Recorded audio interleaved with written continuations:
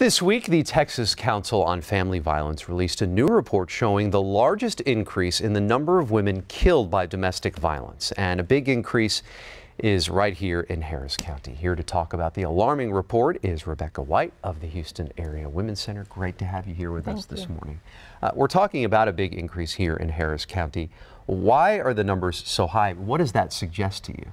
Well, one of the reasons they're so high is because Harris County is the most populous county in the state. Statewide, there were 158 fatalities as a result of domestic violence of women by their partners.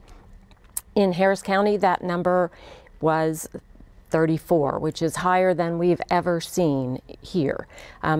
Previously, I think 2012, we had 30.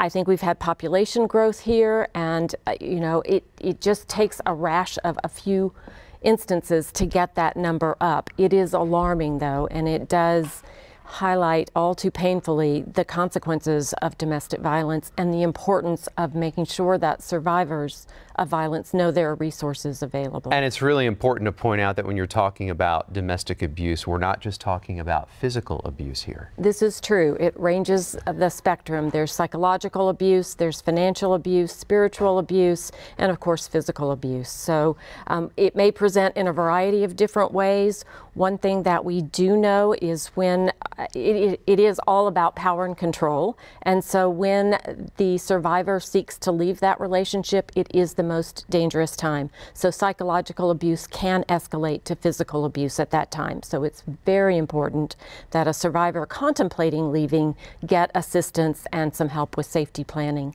and safe shelter. And I want to talk about that. The Houston Area Women's Center is a tremendous resource for victims here. What resources are available for people who want to get help?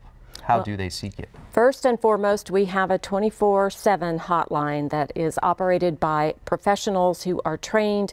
They can go through a lethality assessment, they can provide safety planning, and then they can make connections to a whole host of services that we offer, including shelter, as well as counseling and advocacy on behalf of survivors. Well, we thank you for the work that you do. Well, thank you for helping us spread the word. Absolutely. Rebecca, thanks so much. Jen?